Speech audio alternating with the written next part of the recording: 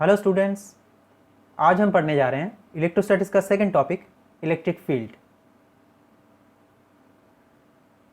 Gravitation force हो या electromagnetic force, nature में जो भी फोर्स होता है सभी काम करते हैं कोई भी कांटेक्ट के बिना। यानी कि बचपन में जो हम कांटेक्ट फोर्सेस के बारे में पढ़ाई किए थे, उस कांटेक्ट फोर्स का कोई एग्जिस्टेंस है ही नहीं। सभी फोर्स होता है नॉन कांटेक्ट। असल में जब कोई भी दो बॉडीज़ आपस में इंटरेक्ट करता है, फोर्स अप्लाई करता है और उन दोनों के बीच कोई गैप हमें नज़र नहीं आता, तब हम कहते हैं अरे ये तो कांटेक्ट फोर्स है। लेकिन गैप होता है, वो गैप माइक्रोस्कोपिक होने की वजह से हमें नज़र नहीं आता, लेकिन गैप तो होता है। आप नॉर्मल रिएक्शन को ही ले लीजिए। ये जो हाथ इस ब्लॉक को फोर्स अप्लाई कर रहा है और नॉर्मल फोर्स इस हाथ के ऊपर लग रहा है, ये दोनों बॉडीज़ के बीच भी गैप है। ये हमें नज़र नहीं आता, ये माइक्रोस्कोपिक है, लेकिन ये भी काम कर रहा है कुछ दूरी से ही। हाथ के ऊपर जो फोर्स लग रहा है, जो रिपल्शन, जो नॉर्मल रिएक्शन फोर्स लग रहा है, वो भी नॉन कांटेक्ट फोर्स ही है। तो फिर ये ग्रेविटेशन हो या इलेक्ट्रोमैग्नेटिक फोर्स, ये काम करता है कुछ दूरी से ही। और इसीलिए इन दो फोर्सेस को एक्सप्लेन करने के लिए जो टर्म यूज किया जाता है वो है फील्ड। फिजिक्स में फील्ड का आप दो मीनिंग पाएंगे। पहला मीनिंग को समझते हैं। फील्ड यानी कि खेलने की जगह। एक चार्ज्ड ऑब्जेक्ट, उसके आसपास का जो भी स्पेस होता है, उसमें अगर कोई दूसरा चार्ज्ड ऑब्जेक्ट आ जाता है तो उसे ये फोर्स अप्लाई करेगा, रिपल करेगा या अट्रैक्ट करेगा, कुछ भी करेगा। तो ये जो रीजन है, ये जो स्पेस है जहाँ पे ये सोर्स चार्ज अपना जादू दिखा सकता है, इसी स्पेस को उस चार्ज्ड ऑब्जेक्ट का, यानी कि वो सोर्स चार्ज का, फील्ड कहा जाता है। थियोरेटिकली अगर आप सोचे तो ये जो सोर्स चार्ज का जो स्पेस है जहाँ पे ये फोर्स अप्लाई कर सकता है, यानी कि ये फील्ड, ये इनफाइनाइट तक बिछा हुआ है। क्योंकि इनफाइनाइट दूरी पे इसका फोर्स जो है जीरो होता है, क्योंकि एफ वेरीजेस 1/r²। आर अगर इनफाइनाइट होता है तो एफ जीरो होगा। लेकिन प्रैक्टिकली आप देखेंगे किसी चार्ज के वैल्यू के ऊपर डिपेंड करके उसके फील्ड कुछ सेंटीमीटर या मीटर तक ही एक्सटेंड कर सकता है, उसके आगे फोर्स नेग्लिजिबल हो जाता है।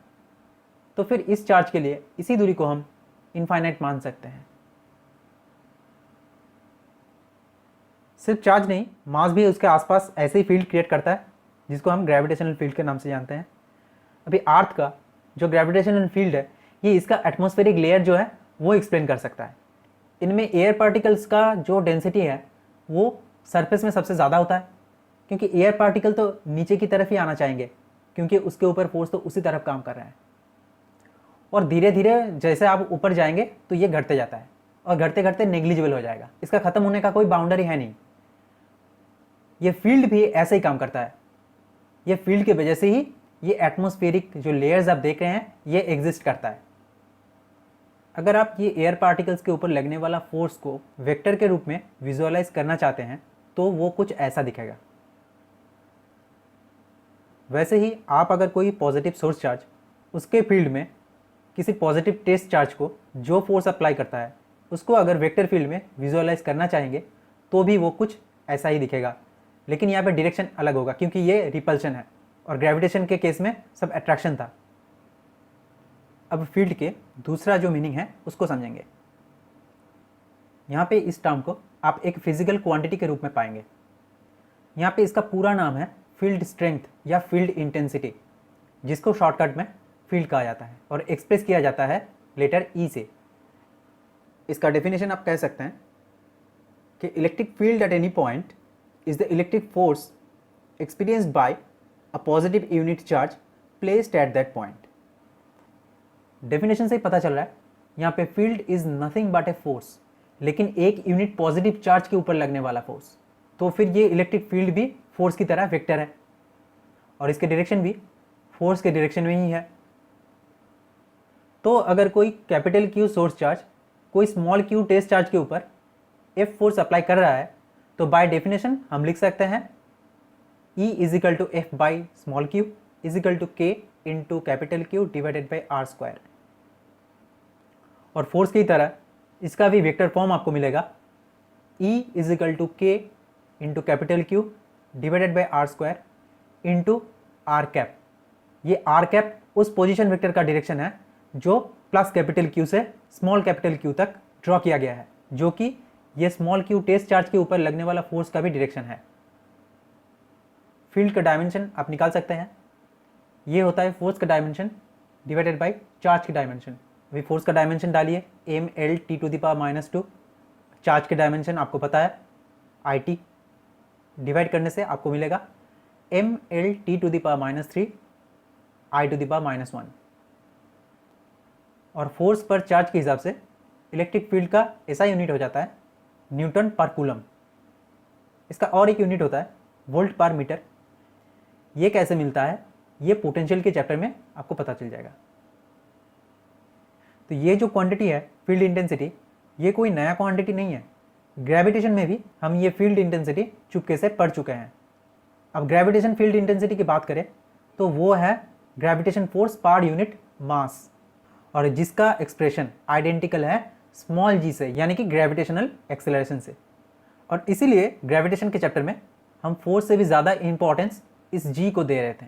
इसीलिए पूरे ग्रेविटेशनल के चैप्टर में आपको स्मॉल g को लेके न्यूमेरिकल्स थ्योरी ये सब पढ़ाई करना पड़ा। अगर g आपको पता है तो किसी मास के ऊपर लगने वाला फोर्स आप पता कर सकते हो उस g के साथ मास को मल्टीप्लाई करके। वैसे ही इलेक्ट्रोस्टैटिक्स में कोई सोर्स चार्ज किसी टेस्ट चार्ज के ऊपर जो फोर्स अप्लाई करता है वो इन दोनों के चार्ज के ऊपर डिपेंडेंट है, लेकिन यहाँ पे फील्ड को इंट्रोड्यूस करके हमने कैलकुलेशन से ये टेस्ट चार्ज को हटा दिया और इससे चीज़ें आसान हो गया। जैसे कि सोचिए कोई 10 कूलम टेस्ट चार्ज के ऊपर 100 न्यूटन फोर्स अप्लाइड हो रहा है, तो फिर उसी पॉइंट पे आप 1 कूलम चार्ज लाएंगे तो 10 न्यूटन फोर्स अप्लाइड होगा। हमने इस फोर्स को स्टैंडर्डाइज करने के लिए इस 1 यूनिट चार्ज के ऊपर लगने वाला फोर्स जो है उसी को स्टैंडर्ड मान के फील्ड नाम दे दिया, और इसी पॉइंट पे दूसरा कोई चार्ज के ऊपर लगने वाला फोर्स को कैलकुलेट करेंगे इस इलेक्ट्रिक फील्ड के साथ उसके चार्ज को मल्टीप्लाई करके। जैसे कि सोचिए अभी इस पॉइंट पे दूसरा कोई चार्ज 20 कूलम आप प्लेस करते हो तो उसके ऊपर लगने वाला फोर्स जो इलेक्ट्रिक फील्ड यानी कि 10 न्यूटन पर कूलम, इससे मल्टीप्लाई करके हम निकाल सकते हैं 200 न्यूटन, यानी कि F = E/Q। पिछले वीडियो में यानी कि इलेक्ट्रोस्टैटिक्स फोर्स के वीडियो में हम 2 पॉइंट चार्जेस के बीच लगने वाला फोर्स वर्सेस डिस्टेंस इसके ग्राफ डिस्कस कर चुके हैं, और यहाँ पे किसी पॉइंट चार्ज के लिए इलेक्ट्रिक फील्ड वर्सेस डिस्टेंस के ग्राफ हम डिस्कस करने वाले हैं। बेसिकली ये दोनों ग्राफ सेम आएगा क्योंकि इलेक्ट्रिक फील्ड भी तो फोर्स ही है, 1 यूनिट चार्ज पे लगने वाला फोर्स है, लेकिन फोर्स ही तो है, इसीलिए दोनों का ग्राफ बिल्कुल सेम है। तो अगर आप इस ग्राफ को डिटेल में समझना चाहते हैं तो इलेक्ट्रोस्टैटिक फोर्स का जो वीडियो है उसमें फोर्स वर्सेस डिस्टेंस का जो ग्राफ है पहले उसे समझिए, वहाँ पे मैं इस ग्राफ को डिटेल में एक्सप्लेन कर चुका हूँ। पिछले ग्राफ की तरह यहाँ पे भी अगर आप कोई स्मॉल टेस्ट चार्ज को एक्स एक्सिस में सोर्स चार्ज की तरफ डिस्प्लेस करवाते हो तो फिर इसके ऊपर लगने वाला फोर्स पर यूनिट चार्ज यानी कि इलेक्ट्रिक फील्ड ये ऐसे चेंज होगा, और ये सोर्स चार्ज को क्रॉस करने से इसका डायरेक्शन भी पलट जाएगा। अगर सोर्स चार्ज नेगेटिव होता है तो ग्राफ आपका उल्टा बनेगा, लेकिन कैरेक्टरिस्टिक सेम रहेगा। एक चीज़ फोर्स के ग्राफ में मैं बताना भूल गया था कि इस टाइप के ग्राफ यानी कि ये इलेक्ट्रिक फील्ड का हो या इलेक्ट्रिक फोर्स का, ये होता है डिसकंटिन्यूअस ग्राफ। क्योंकि आप देखिए एक्स एक्सिस में ये जो टेस्ट चार्ज है ये ट्रेवल कर रहा है, लेकिन इसके ऊपर लगने वाला फोर्स जो है वो बिना पेन उठाए आप प्लॉट नहीं कर सकते। ऐसा इसीलिए होता है क्योंकि जब भी ये टेस्ट चार्ज ये जो सोर्स चार्ज है इसे क्रॉस कर रहा है, अचानक से इसका फोर्स या फील्ड जो भी हो इसका डायरेक्शन चेंज हो रहा है, इसका डायरेक्शन ऑपोजिट हो रहा है, और ऐसे ग्राफ को कहते हैं डिसकंटिन्यूअस ग्राफ। थोड़ी देर पहले 2 डायग्राम्स आपको दिखाया गया था जहाँ पे हम अर्थ के ग्रेविटेशनल फोर्स का और एक पॉजिटिव टेस्ट चार्ज के ऊपर एक पॉजिटिव सोर्स चार्ज द्वारा लगने वाला फोर्स को वेक्टर के हिसाब से विजुअलाइज कर रहे थे। अगर उसी टेस्ट चार्ज को 1 यूनिट पॉजिटिव टेस्ट चार्ज मान लिया जाए तो भी वैसा ही एक डायग्राम हमें मिलेगा। इस डायग्राम में आप जो वेक्टर लाइंस देख रहे हैं जो कि सोर्स चार्ज से रेडियली आउटवर्ड है, इसे कहते हैं फील्ड लाइंस। इसी लाइन के ऊपर अगर आप कोई टेस्ट चार्ज रखेंगे तो ये जो डायरेक्शन शो कर रहा है इसी डायरेक्शन में ये टेस्ट चार्ज एक्सेलरेटेड होगा। यानी कि कोई पॉजिटिव टेस्ट चार्ज को अगर आप कोई इलेक्ट्रिक फील्ड में रखेंगे तो वो टेस्ट चार्ज जो लोकस फॉलो करके मूव करने लगेगा उसी लोकस को कहा जाता है इलेक्ट्रिक फील्ड लाइंस। तो ये फील्ड लाइंस इतने सारे क्यों हैं? क्योंकि इस पॉजिटिव चार्ज के आसपास आप कहीं भी एक टेस्ट चार्ज को रखिए, वो रेडियली आउटवर्ड भागेगा। वो अगर आप इस पॉइंट पे रखते हैं तो भी भागेगा, अगर आप इस पॉइंट पे रखते हैं तो भी इस डायरेक्शन में भागेगा। ये सारे डायरेक्शन को समझाने के लिए लाइंस इतने सारे ड्रॉ किया जाता है। अभी अगर सोर्स चार्ज अब नेगेटिव लेते हो तो एक पॉजिटिव टेस्ट चार्ज को इसके आसपास रखने से उसके ऊपर लगने वाला फोर्स का डायरेक्शन ये देखिए सोर्स चार्ज के डायरेक्शन में होगा, रेडियली इनवर्ड, क्योंकि यहाँ पे पॉजिटिव टेस्ट चार्ज और इसके बीच जो फोर्स है वो अट्रैक्शन फोर्स है। वैसे ये जो फील्ड लाइंस आप देख रहे हैं रेडियली आउटवर्ड या इनवर्ड, ये आप 2D में देख रहे हैं। फील्ड लाइंस चारों तरफ से निकल रहा है, इसीलिए अगर आप 3D में इमेजिन करते हैं तो ये कुछ ऐसा दिखेगा। बुक में जो डायग्राम आप देखते हो वो इसी का 2D प्रोजेक्शन है। चलिए अभी फील्ड लाइंस के प्रॉपर्टीज को समझते हैं। ये सब लाइंस इमेजिनरी हैं। कोई सोर्स चार्ज उसके आसपास किसी टेस्ट चार्ज को लाने से कैसे उसके ऊपर फोर्स अप्लाई करता है, उसको विजुअलाइज करने के लिए ये फील्ड लाइंस ड्रॉ किया जाता है। अगर इस फील्ड लाइंस के ऊपर किसी भी पॉइंट में आप कोई टेंजेंट ड्रॉ करते हो तो उस पॉइंट में कोई पॉजिटिव टेस्ट चार्ज को रखने से उसके ऊपर लगने वाला फोर्स का जो डायरेक्शन है वो टेंजेंट उसी डायरेक्शन को शो करता है। फील्ड लाइंस कंटिन्यूअस कर्व होता है और ये लाइंस पॉजिटिव चार्ज से आउटवर्ड निकलता है और कोई नेगेटिव चार्ज में जाके एंड होता है। हाँ, ये लाइंस इनफाइनाइट में जा सकता है। सोचिए कि कोई पॉजिटिव चार्ज है, उससे फील्ड लाइंस निकल रहा है, लेकिन आसपास कोई नेगेटिव चार्ज नहीं है जिसमें ये लाइंस जाके एंड होगा। तो इसको शो करने के लिए हम पॉजिटिव चार्ज से जो फील्ड लाइंस निकल रहा है उसको इनफाइनाइट तक ड्रॉ करेंगे। प्रैक्टिकली ये हम कुछ सेंटीमीटर तक ही ड्रॉ करते हैं, उस चार्ज के हिसाब से वही इनफाइनाइट है। जैसे कि आपको पता है पॉइंट चार्ज के लिए electric field varies as 1/r², यानी कि जितना आप पॉइंट चार्ज के पास जाएंगे उसका फील्ड उतना स्ट्रांग होते जाएगा। और अगर आप डायग्राम देखें तो जितने आप चार्ज के करीब जाओगे ये फील्ड लाइंस भी उतना ही डेंस्ड होते जाएगा। अभी ये पॉइंट चार्ज के चारों ओर आप ये स्फेरिकल सरफेस सोचिए, इस सरफेस का एरिया होगा 4πr² और जो टोटल फील्ड लाइंस यहाँ से निकल रहा है इस पॉइंट से वो सोचिए कैपिटल N है। तो फिर number of field lines per unit area ये आप कैसे निकालेंगे? Capital N divided by area is equal to capital N divided by 4πr²। और ये जो number of field lines per unit area small n, इसे कहते हैं लाइन डेंसिटी। तो फिर ये line density small n is equal to capital N divided by 4πr², यानी कि line density varies as 1/r², जैसे कि E वेरी करता है। फिर से डायग्राम देखिए, ये फील्ड लाइंस एक सोर्स चार्ज के लिए कितने सारे हम ड्रॉ करेंगे वो आपके ऊपर है। आप 10 ड्रॉ कीजिए, 20 ड्रॉ कीजिए, लेकिन ज़्यादा चार्ज के लिए ज़्यादा फील्ड लाइंस ड्रॉ करना होगा। ये जो टोटल नंबर ऑफ लाइंस है यानी कि कैपिटल N, ये चार्ज के वैल्यू के साथ प्रोपोर्शनल है। यानी कि Q चार्ज के लिए अगर आप 10 लाइन ड्रॉ करते हो तो फिर 2Q चार्ज के लिए आपको 20 लाइन ड्रॉ करना पड़ेगा, 5Q चार्ज के लिए आपको 50 लाइन ड्रॉ करना होगा। अगर number of total lines capital N ये अगर चार्ज के साथ प्रोपोर्शनल है तो स्मॉल n भी होगा, क्योंकि अगर total number of lines increase हो रहा है तो लाइंस पर यूनिट एरिया भी इंक्रीज होगा।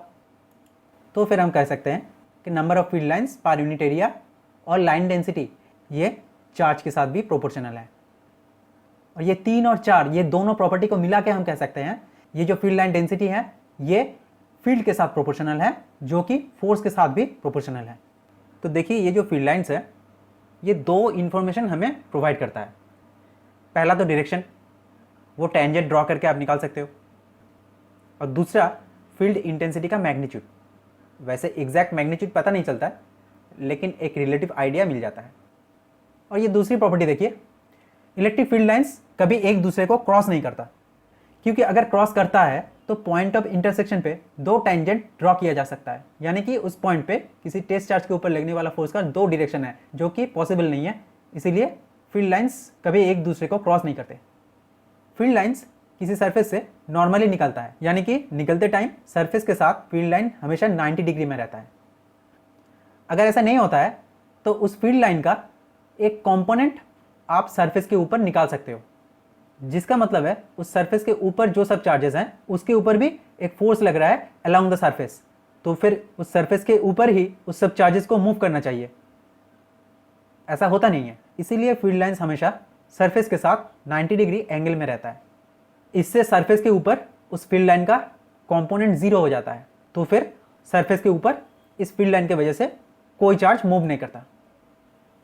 फील्ड लाइंस क्लोज नहीं हो सकते, मतलब कि जहाँ से ये शुरू हो रहा है वहीं पे ये ख़त्म नहीं हो सकता, क्योंकि इसको शुरू होना है पॉजिटिव चार्ज से और ख़त्म होना है नेगेटिव चार्ज पे, और ये दोनों किसी एक पॉइंट में नहीं हो सकते। हम पॉइंट चार्जेस के बारे में बात कर रहे थे, लेकिन अगर आप कोई एक्सटेंडेड कंडक्टर के बारे में सोचते हो तो इसके अंदर कोई फील्ड लाइंस नहीं हो सकता, और अगर फील्ड लाइंस नहीं हो सकता तो फिर इलेक्ट्रिक फील्ड भी नहीं हो सकता। किसी भी फील्ड में आप रखिए इसे, इसके अंदर इलेक्ट्रिक फील्ड हमेशा 0 होगा।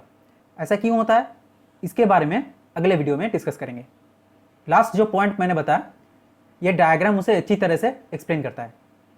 देखिए ये प्लस चार्ज जो है, इससे फील्ड लाइंस निकल रहा है, और ये सारे स्ट्रक्चर्स जो आप देख रहे हो ये है एक्सटेंडेड कंडक्टर्स। देखिए फील्ड लाइंस इसमें घुस रहा है 90 डिग्री में, निकल भी रहा है 90 डिग्री में, लेकिन इसके अंदर कोई फील्ड लाइंस नहीं है। इसी को लेके एक क्वेश्चन पूछा जाता है कि ये एक मेटेलिक स्फीयर है और इसे किसी इलेक्ट्रिक फील्ड में रखा गया है, तो फिर ये चारों जो फील्ड लाइंस हैं उसमें से कौन सा करेक्टली ड्रॉ किया गया है। आप अगर पहला जो लाइन है उसे देखेंगे, ये सरफेस के साथ 90 डिग्री में नहीं है, तो फिर ये गलत है। दूसरा देखिए, पहली बात तो ये 90 डिग्री में है नहीं, और दूसरी बात कि ये अंदर घुस रहा है मेटेलिक स्फीयर के, ये नहीं हो सकता। तीसरे लाइन का भी एक ही हाल है। चौथा जो लाइन है उसे देखिए, ये 90 डिग्री में है और ये अंदर नहीं जा रहा है, बस सरफेस के ऊपर 90 डिग्री एंगल बना रहा है, और निकलते टाइम भी 90 डिग्री में है, तो फिर यही सही है।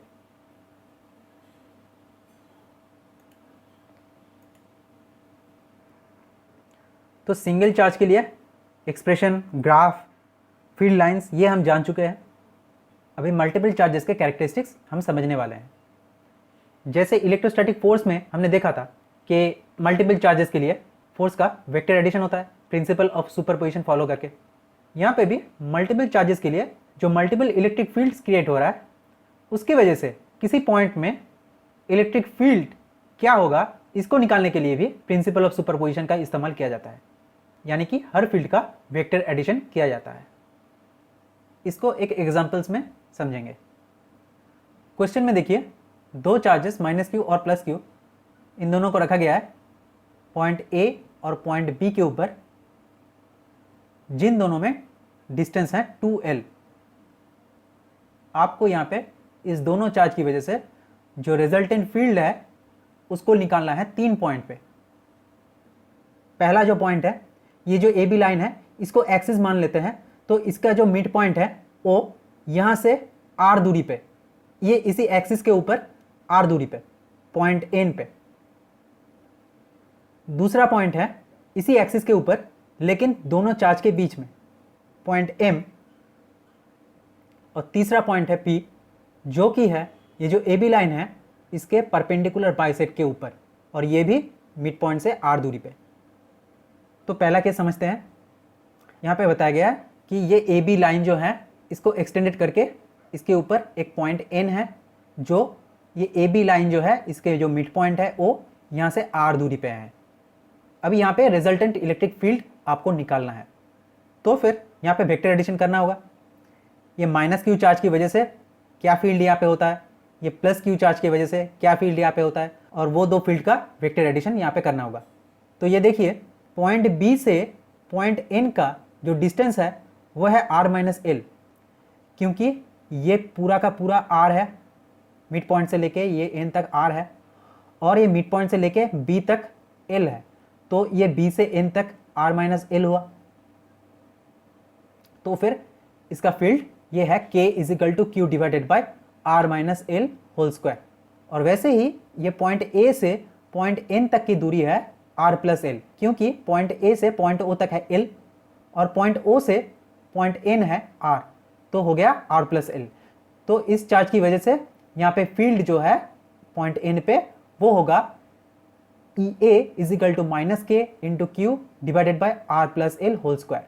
यहाँ पे माइनस इसीलिए डाले क्योंकि ए बी डायरेक्शन में जो फील्ड है उसको हमने पॉजिटिव मान लिया है, तो बी ए डायरेक्शन में जो भी फील्ड होगा उसको हम नेगेटिव मानेंगे, इसीलिए यहाँ पे माइनस।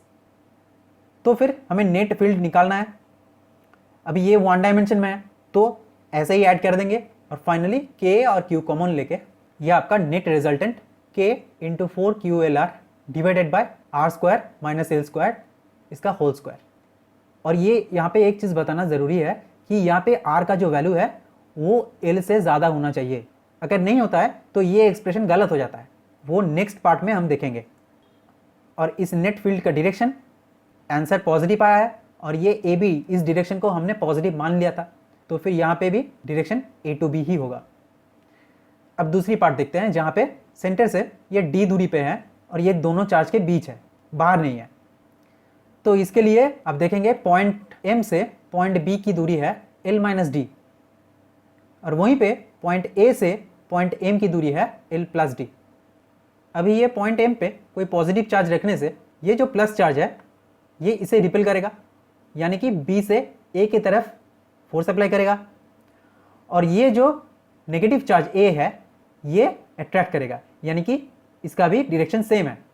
तो फिर दोनों का जो रिजल्टेंट होगा उसका भी डायरेक्शन बी से ए की तरफ ही होगा। तो फिर इसी को अभी पॉजिटिव मान लेते हैं और इसीलिए यहाँ पे अभी नेगेटिव साइन नहीं दिए। चलिए इन दोनों को ऐड कर देते हैं। तो फिर आपको नेट ई यहाँ पे मिलेगा के into 2Q into L square plus D square divided by L square minus D square इसका होल स्क्वायर। और ये एक्सप्रेशन सही है जब डी एल से छोटा होगा। चलिए अभी तीसरे पार्ट, जहाँ पे ये पॉइंट P ये है ए बी के परपेंडिकुलर बाइसेक्ट के ऊपर और वो भी सेंटर से R दूरी पे। तो फिर यहाँ पे पॉइंट P के ऊपर जो इलेक्ट्रिक फील्ड होगा वो ये है चार्ज B की वजह से EB और चार्ज A की वजह से EA। चार्ज A नेगेटिव है, इसके लिए ये attraction force, charge B positive है, तो फिर ये इसको रिपेल करेगा। हमें यहाँ पे EA और EB इन दोनों का रिजल्टेंट निकालना है। पहले इन दोनों का वैल्यू निकालते हैं। उसके लिए पहले निकालते हैं पॉइंट B से P तक की दूरी और पॉइंट A से P तक की दूरी। ये दोनों साइड होगा √r² प्लस एल स्क्वायर। तो फिर पहले EA और EB निकाल लेते हैं और ये दोनों का वैल्यू आएगा K into Q divided by r² plus L square. तो दोनों का वैल्यू सेम है। अभी इन दोनों का रिजल्टेंट निकालते हैं और मान लेते हैं कि ये एंगल थीटा है, तो फिर ये एंगल भी थीटा ही होगा क्योंकि ये दोनों साइड सेम है। अभी EB को देखिए, ये AP के साथ 2 थीटा एंगल बना रहा है क्योंकि ये एक्सटर्नल एंगल है। तो दोनों वेक्टर के बीच एंगल हमें मिल गया, मैग्नीट्यूड मिल गया। तो चलिए इसका रिजल्टेंट निकालते हैं और इसका रिजल्टेंट होगा ये E square plus 2E² cos 2 थीटा। इसको ऐड करके हम √2E इसको कॉमन लेके बाहर लेके आए और अंदर रहेगा 1 प्लस cos 2 थीटा। आपको पता है 1 plus cos 2 theta is equal to 2 cos square theta. तो फिर फाइनली इसका एक्सप्रेशन आ जाएगा 2E cos theta. cos theta यहाँ से आप निकाल सकते हैं base by hypotenuse L by √r² plus L square, और E के वैल्यू भी आप पहले निकाल लिए थे। दोनों वैल्यू डाल के फाइनली आपका रिजल्टेंट आता है K into 2QL divided by r² plus L square to the power 3/2। अब इसका डायरेक्शन आप वैसे ये फॉर्मूले से निकाल सकते हो, देख के पता चल रहा है ये AB से पैरेलल है। तो फिर अगर ये एंगल थीटा होता है तो फिर ये एंगल भी थीटा ही होगा। लेकिन ये देखिए ये डायरेक्शन B से A के तरफ है, तो फिर इसका डायरेक्शन भी B से A के तरफ ही होगा। तो इस न्यूमेरिकल में आपने जो इक्वल और अनलाइक चार्जेस का जो सिस्टम देखा, ये सिस्टम का फील्ड लाइंस अगर ड्रॉ किया जाए तो वो कैसा होगा, वो कुछ ऐसा दिखेगा। प्लस चार्ज से नॉर्मली उनसे फील्ड लाइंस निकल रहा है और सीधे जाके ख़त्म हो रहा है नेगेटिव चार्जेस पे, और वो भी 90 डिग्री में। फिर से ये 2D प्रोजेक्शन है एक 3D सिस्टम का, तो उसे अगर देखेंगे तो वो कुछ ऐसा दिखेगा। ये जो लाइंस है इसके ऊपर अगर कोई पॉजिटिव टेस्ट चार्ज प्लेस किया जाता है तो फिर वो इसी डायरेक्शन में मूव करेगा और ये प्लस से माइनस तक पहुंच जाएगा। पिछले वीडियो में यानी कि इलेक्ट्रिक फोर्स के वीडियो में इसी सिस्टम को लेके एक क्वेश्चन मैंने पूछा था कि यहाँ पे इक्विलिब्रियम पॉइंट कहाँ होगा, और हमने देखा था कि कहीं पे इसका इक्विलिब्रियम पॉइंट नहीं है। इक्विलिब्रियम पॉइंट मतलब कोई टेस्ट चार्ज को आप रखेंगे तो उसके ऊपर वहाँ पे कोई नेट फोर्स नहीं होगा, यानी कि इक्विलिब्रियम पॉइंट में नेट फील्ड भी जीरो होगा। अभी इसका फील्ड लाइन दोबारा से देखते हैं। अब देखिए यहाँ पे कहीं पे भी आप जाएंगे तो आपको फील्ड लाइंस नजर आएगा इस एक्सिस के ऊपर। अगर देखते हैं इसका मतलब ये है, यह इस एक्सिस के ऊपर कहीं पे भी आप अगर कोई पॉजिटिव टेस्ट चार्ज को रखते हैं तो उसके ऊपर फोर्स लगेगा। ये फील्ड लाइंस हमें यहाँ पे बता रहा है। इसी से भी पता चल जाता है कि क्यों यहाँ पे कोई इक्विलिब्रियम पॉइंट नहीं है। और ये फील्ड इंटेंसिटी ये कैसे कैसे चेंज हो रहा है यहाँ पे इस फील्ड लाइन से भी वो पता चल जाएगा। देखिए यहाँ पे एक सरफेस, एक एरिया हमने इमेजिन कर लिया। इस सरफेस को आप जितने पास लाते जाएंगे, इस सरफेस के थ्रू पास करने वाला फील्ड लाइन से हिसाब लगा सकते हो कि कहाँ पे फील्ड कितना स्ट्रांग है। तो इसी के हिसाब से इस सिस्टम का ग्राफ भी बनाया जा सकता है। चलिए इसे एक बार और देखते हैं। देखिए पहले फील्ड लाइंस कम है, स्ट्रेंथ कम है, उसके बाद लाइंस बढ़ रहा है यानी कि फील्ड बढ़ रहा है। फिर ये प्लस चार्ज को क्रॉस करने से फील्ड का डायरेक्शन चेंज हो गया, और अभी ये पॉइंट ओ पे था, वहां पे लाइन डेंसिटी पहले से कम है, फिर से लाइन डेंसिटी बढ़ गया, उसके बाद फिर से चार्ज को क्रॉस करने से डायरेक्शन चेंज हो गया। अभी देखिए फील्ड घट रहा है। तो इसी को ग्राफ में ऐसे शो कर सकते हैं आप। पिछले सिस्टम में जो मिड पॉइंट था ओ, इस ग्राफ में हमने उसी पॉइंट को ओरिजिन ले लिया, और ये देखिए ओरिजिन से जो प्लस चार्ज है वो एल दूरी पे है, पॉजिटिव साइड पे, और ओरिजिन से नेगेटिव साइड पे यानी कि माइनस एल दूरी पे नेगेटिव चार्ज को रखा गया है। ऐसे में उस सरफेस को धीरे धीरे पास लाते जाएंगे और देखेंगे फील्ड कहाँ पे कैसे चेंज हो रहा है। पहले फील्ड कम है, पास लाने से फील्ड बढ़ रहा है, क्रॉस करने से डायरेक्शन चेंज हो रहा है। अभी पॉइंट ओ पे रिलेटिवली फील्ड कम है, फिर से चार्ज को क्रॉस करने से डायरेक्शन चेंज, और फिर से अभी घट रहा है, फील्ड घट रहा है। देखिए ऐसे हमारे ग्राफ आ गया। पिछले वीडियो पे एक और न्यूमेरिकल्स वहाँ पे किए थे जो तो इक्वल लाइक चार्जेस को लेके था। वहाँ पे हम इक्विलिब्रियम पॉइंट निकाल रहे थे, और इसका आंसर आया था कि ये जो चार्जेस है इन दोनों के जॉइनिंग लाइन के ठीक बीचों बीच। तो इसका अगर आप फील्ड लाइंस देखेंगे तो देखेंगे ठीक बीचों बीच यहाँ पे कोई फील्ड लाइंस है ही नहीं, आप ड्रॉ नहीं कर पाएंगे यहाँ पे। तो ये फील्ड लाइंस हमें शो कर रहा है कि ये इक्विलिब्रियम पॉइंट कहाँ पे है, और तो और कहाँ पे फील्ड ज़्यादा है, कम है। तो इसका भी ग्राफ पहले की तरह हम निकाल सकते हैं। वैसे ही मिड पॉइंट को ओरिजिन मान लिया हमने, एक चार्ज को प्लस एल इस पॉइंट पे रखा, दूसरे चार्ज को माइनस एल पॉइंट पे रखा, और वैसे ही एक सरफेस को हम अभी पास करवाते जाएंगे यहाँ से और देखेंगे कहाँ पे फील्ड कैसा है। देखिए पहले फील्ड कम है, बढ़ रहा है, क्रॉस करने से डायरेक्शन चेंज हो गया, ज़ीरो है, फिर से क्रॉस, डायरेक्शन चेंज, अभी घट रहा है, फील्ड घट रहा है। फिर से अगर आप दो लाइक चार्जेस के सिस्टम लेते हो लेकिन इस टाइम नेगेटिव चार्जेस के सिस्टम, तो फिर उसका ग्राफ ऐसे उल्टा आएगा। आप समझ चुके हो ऑलरेडी ये ग्राफ कैसे बनता है। पिछले वीडियो में इस न्यूमेरिकल्स को भी सॉल्व किए थे, जहाँ पे एक चार्ज था +2q और दूसरा चार्ज था +q। इसका अगर आप फील्ड लाइंस देखेंगे तो फिर ऐसा आएगा। और देखिए ये जो इक्विलिब्रियम पॉइंट है जहाँ पे नेट फोर्स जीरो यानी कि नेट फील्ड भी जीरो, वो पॉइंट है पहला जो चार्ज है 2q, उससे 2 - √2 × r दूरी पे, यानी कि आप समझ सकते हो 0.6r। तो देखिए ये इसी पॉइंट पे ये नेट फील्ड जीरो शो कर रहा है। चलिए फिर से ग्राफ इसका देख लेते हैं। देखिए ये जो -l है यहाँ पे 2q चार्ज रखा गया है, ये जो +l है यहाँ पे q चार्ज रखा गया है। तो फिर ये जो -l है यहाँ से 0.6r की दूरी पे ये इक्विलिब्रियम पॉइंट होना चाहिए। अभी देखिए 0.5r अगर आप सोचते हो तो वो है ये पॉइंट O, क्योंकि r/2 0.5r ये है इसका मिड पॉइंट, और 0.6r इससे आगे होना चाहिए, और यहीं पे है, यहीं पे इसका फील्ड जीरो है। तो इसी आइडिया से आप अनइक्वल चार्जेस की वजह से जो नेट फील्ड है अलोंग द एक्सिस उसका ग्राफ बना सकते हैं। एक दूसरा सिस्टम है अनइक्वल चार्जेस का, यहाँ पे अनलाइक चार्जेस है, तो इसका फील्ड कैसा होगा।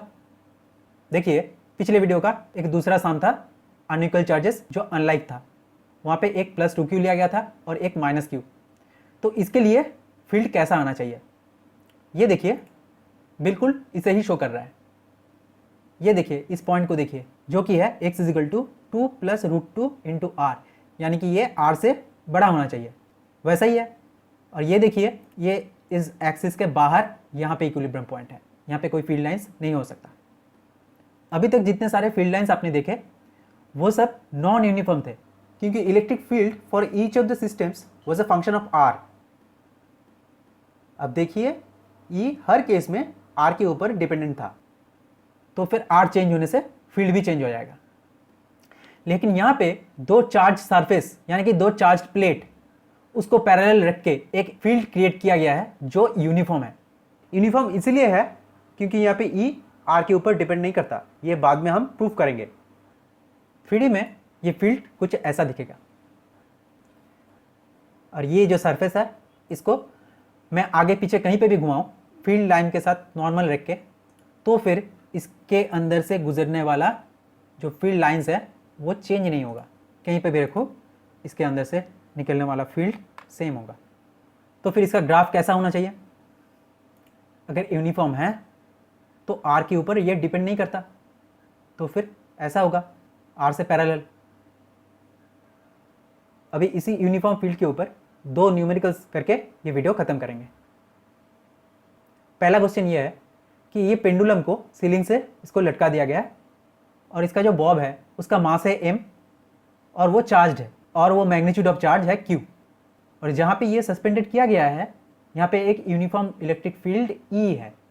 तो फिर आपको निकालना है इस बॉब के ऊपर इलेक्ट्रिक फोर्स कितना लग रहा है, वर्टिकल लाइन के साथ ये स्ट्रिंग क्या एंगल बना रहा है, और ये स्ट्रिंग का टेंशन कितना है। कॉमन सा सम है, आप यहाँ पे कंपोनेंट निकाल के इसको सॉल्व कर सकते हो, आप ट्राई कर सकते हो। लेकिन यहाँ पे मैं दूसरा एक मेथड जो मैंने पिछले वीडियो में यानी कि इलेक्ट्रिक फोर्स के जो वीडियो था वहाँ पे जो मेथड बताया था यानी कि लैमिस थ्योरम, उसी से सॉल्व करेंगे। उससे पहले इसका फ्री बॉडी डायग्राम एक बार देख लेते हैं, कौन सा फोर्स कहाँ पे है। देखिए इक्विलिब्रियम में ये बॉब इस एंगल में ऐसे रेस्ट में रहेगा, इलेक्ट्रिक फील्ड की वजह से एक फोर्स ये राइट साइड में एक्सपीरियंस करेगा, ग्रेविटेशनल फील्ड की वजह से ये नीचे इसका वजन mg ये एक्सपीरियंस करेगा, और इस बॉब को रेस्ट में रख रहा है ये जो स्ट्रिंग, इसमें टी टेंशन आ जाएगा।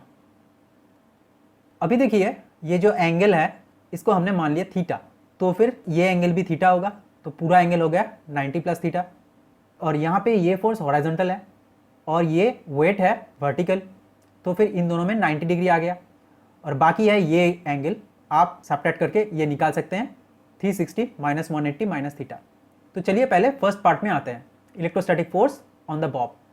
ये है F, और पता है F = E × Q, चार्ज तो क्वेश्चन में दिया हुआ है, तो फिर ये हो गया फोर्स।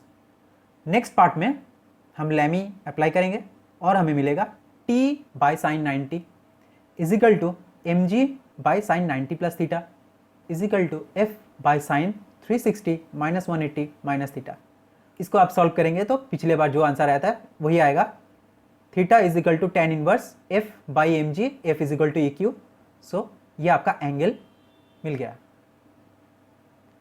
अभी टेंशन पिछले बार जैसे निकाले थे वैसे ही, T = F sin थीटा, यहाँ पे फोर्स का वैल्यू आपको मिल चुका है, साइन थीटा का वैल्यू आप निकालिए tan थीटा से और प्लेस कर दीजिए, तो आपको ये मिल जाएगा ऐसे, T = फाइनली √EQ² + mg²। तो चलिए लास्ट क्वेश्चन में, यहाँ पे पिछले बार जैसे दिखाया गया दो पैरेलल प्लेट्स है, वो एक यूनिफॉर्म इलेक्ट्रिक फील्ड क्रिएट कर रहा है। इस इलेक्ट्रिक फील्ड में एक इलेक्ट्रॉन को छोड़ दिया गया है जो u वेलोसिटी में मूव कर रहा था। कैसे? पैरेलल टू द प्लेट्स और परपेंडिकुलर टू द फील्ड, ऐसे मूव कर रहा था, ये इस तरफ से जा रहा था। अब ये फील्ड की वजह से ये इलेक्ट्रॉन तो फील्ड के ऑपोजिट डायरेक्शन में मूव करेगा। क्यों ऑपोजिट? क्यों? क्योंकि ये इलेक्ट्रॉन नेगेटिव चार्ज है। तो हमें यहाँ पे निकालना है कि ये जो प्लेट है जिसका लेंथ है L, ये इलेक्ट्रॉन जब यहाँ से निकलेगा तो फिर ये कितना शिफ्ट कर जाएगा। मतलब अगर यहाँ पे फील्ड नहीं होता तो फिर ये सीधा निकलता, अभी ये फील्ड होने की वजह से ये कुछ दूरी इस डायरेक्शन में भी जाएगा, हमें वो डिस्टेंस पता करना है। ये तो हो गया शिफ्ट। अब इसका एंगुलर डेविएशन भी निकालना है सेकेंड पार्ट में, मतलब कि ये कौन सा एंगल में ये डेविएट हो गया। चलिए इसका सॉल्यूशन देख लेते हैं। ये चार्ज पहले तो कांस्टेंट वेलोसिटी में था जो कि है u। अब इस इलेक्ट्रिक फील्ड में घुसने से इसके अंदर एक एक्सेलरेशन आ जाएगा, लेकिन वो एक्सेलरेशन का डायरेक्शन कौन सा होगा? माइनस से प्लस, मतलब ये ऊपर की तरफ। और हाँ, यहाँ पे हम कोई ग्रेविटी कंसीडर नहीं कर रहे हैं, लेकिन हॉराइजॉन्टली उसमें फोर्स डालने वाला कोई है नहीं, तो फिर आप कहेंगे कि हॉराइजॉन्टली इसमें कोई एक्सेलरेशन नहीं है, जो एक्सेलरेशन है वो वर्टिकली है, तो फिर हॉराइजॉन्टल एक्सेलरेशन 0। तो फिर इसका हॉराइजॉन्टल वेलोसिटी चेंज नहीं होने वाला है, वो यू ही रहेगा। तो फिर इस एल लेंथ को पार करने में इसको टाइम चाहिए L/u। अब ये जो t टाइम इसने लिया L/u, इस पूरे टाइम पे ये जो वर्टिकल एक्सेलरेशन है इसको फील करेगा, और इसके लिए इसमें कुछ वर्टिकल डिस्प्लेसमेंट भी होगा। हमें वही वर्टिकल डिस्प्लेसमेंट यहाँ पे पूछा गया है, यही शिफ्ट ऑफ पाथ है। तो let this vertical displacement is h, जो कि ये इलेक्ट्रॉन ये प्लेट के अंदर रहने के टाइम पे ट्रैवल करेगा, और उस टाइम इसका वर्टिकल एक्सेलरेशन होगा फोर्स बाय मास, जो कि है charge into E divided by mass, यानी कि small E into capital E divided by M. लेकिन प्लेट में घुसते टाइम इसके पास कोई वर्टिकल वेलोसिटी नहीं था, जो भी था हॉराइजॉन्टल। तो फिर इस डिस्प्लेसमेंट h को हम लिख सकते हैं 0 + ½ at²। आप a के वैल्यू यहाँ पे डालिए, t के वैल्यू यहाँ पे डालिए, और आपका आंसर आएगा h = ½ EL² divided by mu²। आपका पहला पार्ट हो गया। दूसरे पार्ट में आपको एंगल निकालना था, तो फिर आप h/l कर सकते हो, तो आपको tan थीटा मिल जाएगा। तो यहाँ पे हमारा एंगुलर डेविएशन होगा tan इनवर्स h/l। आप वैल्यू डालिए, और tan inverse ½ E into capital E into L divided by mu²। तो इसी के साथ आज के वीडियो यहीं पे ख़त्म करते हैं, मिलते हैं अगले वीडियो पे। तब तक के लिए बाय बाय।